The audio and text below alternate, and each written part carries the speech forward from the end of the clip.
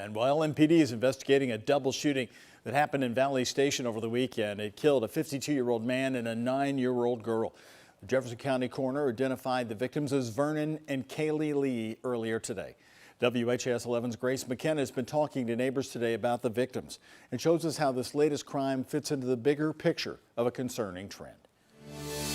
This marks nearly 20 juveniles involved in homicide since the start of the year, and advocates say the impacts go far past this one street.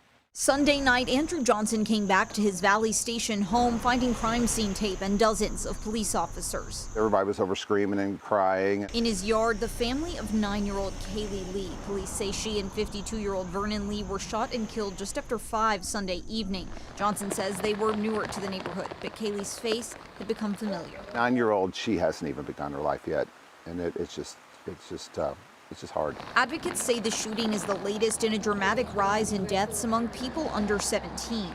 This has got to be the biggest uptick that I've seen in recent times. Christopher 2X with Game Changer says this is the 18th shooting death of a juvenile this year. In all of 2020, there were 15. Gunshot injuries among kids are also rising at an alarming rate. We've seen 70 already in the first 7 months of 2021, compared to just 10 more, or 80, for all of 2020. There's kids who never get hit by gunfire that are suffering tremendous by all the gunfire that's going off. 2X says the pain goes beyond the bullets. As kids go back to school, they're exposed to dangerous secondary trauma he says can lead to even more gun violence. You cannot think for some reason that doesn't spill over into schools because of the young and the amount of the young that are being impacted. 2X encourages parents and teachers to have conversations about guns and trauma with children while they're young, saying they'll absorb positive lessons. It's dinosaur thinking.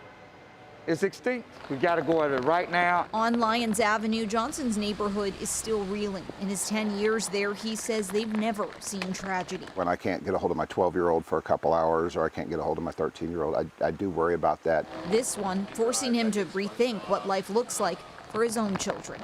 Police ask that if you have any information about what happened here, that you call 574-LMPD. In Louisville, for WHAS 11 News, I'm Grace McKenna.